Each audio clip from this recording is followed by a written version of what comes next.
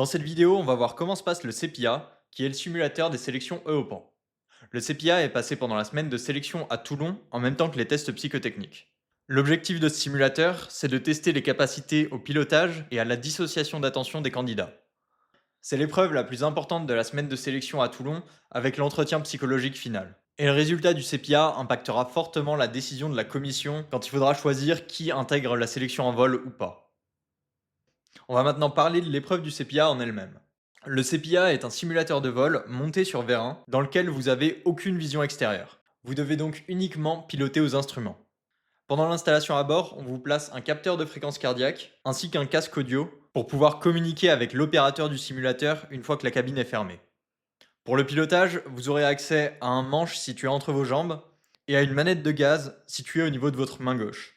Il n'y a pas à se soucier des palonniers puisqu'ils sont désactivés, il faut uniquement se concentrer sur le manche pour la partie pilotage. Sur le tableau de bord, vous aurez accès à un tachymètre qui vous permettra de régler le régime moteur demandé avec votre manette de gaz. Il y a ensuite un altimètre qui vous permet de garder la bonne altitude. Il y a un horizon artificiel qui vous permet de choisir quelle assiette vous voulez adopter. Et il y a un compas pour suivre les indications de cap. Il y a d'autres instruments comme un anémomètre et un variomètre, mais dans le CPIA, les valeurs indiquées par ces instruments seront subies. Par exemple, pour l'anémomètre, on vous demande de tenir un régime moteur précis et une assiette précise, ce qui vous amènera à une certaine valeur de vitesse. Mais à aucun moment dans le simulateur, on vous demande de piloter cette vitesse. Donc il vaut mieux complètement ignorer l'anémomètre pour pas s'encombrer l'esprit avec des informations inutiles. De la même manière, le variomètre n'est pas piloté mais il est subi. On va maintenant voir quelles tâches doivent être réalisées dans le CPIA. La tâche principale pendant l'épreuve va être de suivre les instructions de direction, d'altitude et de régime moteur qui sont données sur l'écran au-dessus de vos instruments.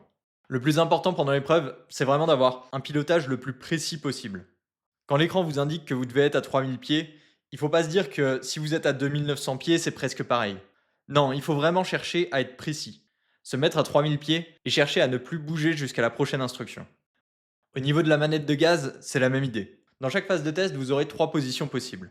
Une position associée au régime de montée, une position associée au régime de croisière et une troisième position associée au régime de descente. Pendant le test, vous devrez donc placer votre manette de gaz de manière cohérente avec la phase de vol actuelle, que ce soit en montée, en palier ou en descente. En plus du pilotage, il y a 4 tâches annexes à réaliser. Ces exercices secondaires permettent de tester la capacité de dissociation d'attention du candidat. La première de ces tâches est complètement liée à la manette des gaz. Pour chaque phase de test, une position d'aérotacteur sera associée à chacune des phases de vol.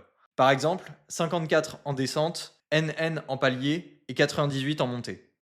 À chaque fois que vous changerez de phase de vol, vous devrez donc repositionner l'aérotacteur sur les valeurs qui correspondent à la nouvelle phase de vol. La deuxième tâche annexe est un exercice de calcul mental. Régulièrement pendant le test, des calculs mentaux apparaîtront en bas à droite de l'écran. Ces calculs se font que sur des chiffres entiers et sont constitués d'addition, de soustraction, de multiplication et de division. Lorsqu'un calcul apparaît, vous devez rentrer le résultat le plus vite possible en utilisant le pavé numérique situé à droite du cockpit. Pour rentrer le résultat, vous devrez utiliser votre main droite et donc vous devrez changer de main au niveau du manche tout en restant le plus précis possible au niveau du pilotage. La troisième tâche annexe est un exercice de mémorisation d'une suite de chiffres. Pendant le test, des chiffres apparaîtront régulièrement sur votre écran et vous devrez les retenir dans leur ordre d'apparition et les restituer sur le pavé numérique à la fin du test. La dernière tâche annexe consiste à compter le nombre d'apparitions d'une forme. Au début de chaque phase de test, une forme vous est montrée. Vous devez la mémoriser et pendant le test, différentes formes s'afficheront régulièrement dans le cockpit. Vous devrez compter le nombre d'apparitions de la forme qui vous a été montrée au début et à la fin de chaque phase de test, vous devrez restituer le nombre d'apparitions de cette figure avec le pavé numérique. Une fois installé, l'exercice commence par une phase d'essai libre de quelques minutes pour prendre en main la machine.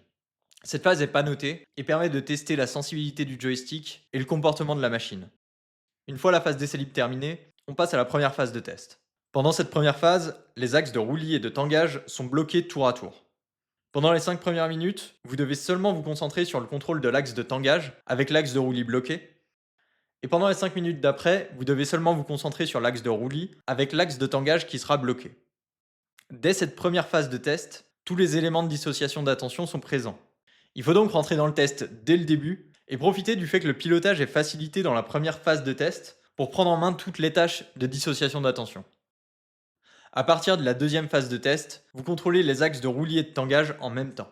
Par contre, pour la phase 2, vous aurez que des instructions simples, dans lesquelles il faut soit monter ou descendre, soit tourner à gauche ou à droite, mais vous n'aurez jamais d'instructions complexes, dans lesquelles il faut à la fois changer de cap et d'altitude. C'est pendant la troisième phase de test que ces instructions complexes arrivent.